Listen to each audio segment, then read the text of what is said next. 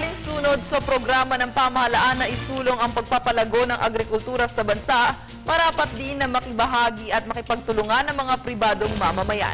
Alamin natin ang kontribusyon ng isa sa mga agri-entrepreneur na si Ronald Costales sa report ni Fer Ramirez.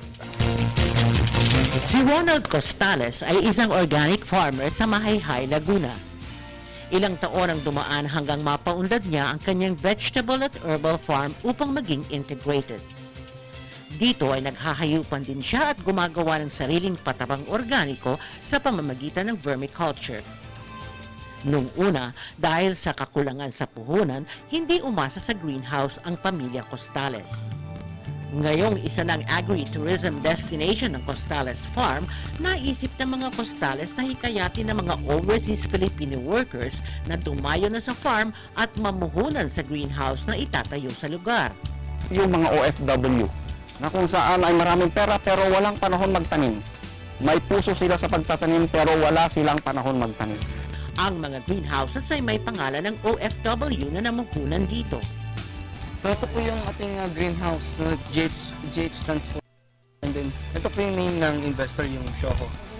Meron po kaming joint venture program na kung saan pwede po silang magpatayo ng greenhouse and then lahat po ng activities sa loob ay sagot na po namin.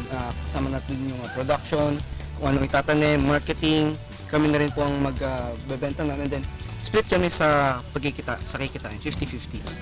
Nanawagan din ng mga Costales sa mga OFWs na mag-invest sa pagpapatayo ng mga cottages na maaaring tuluyan ng mga bisitang nais magpalipas ng gabi sa farm. Yung aming offer naman sa mga naubusan na ng space ay itong tinatawag nating agritourism development, wherein OFW can invest his money. It's a guaranteed 8% per annum. That is way above the 2% na ino-offer ng ating mga bangko sa ngayon. So yun po yung aming current programs sa mga OFW. Para sa Telebisyon ng Bayan, Fer Ramirez.